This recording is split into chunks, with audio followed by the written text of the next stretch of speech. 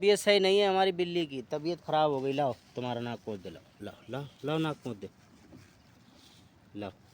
ओहो ओहो, तबीयत बराबर नहीं चल रही है हमारी बिल्ली की, देखो। आहा आहा, नाक बंद हो गई नाक।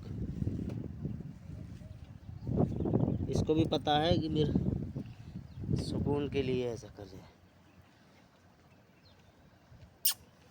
क्या हो गया? हम्म?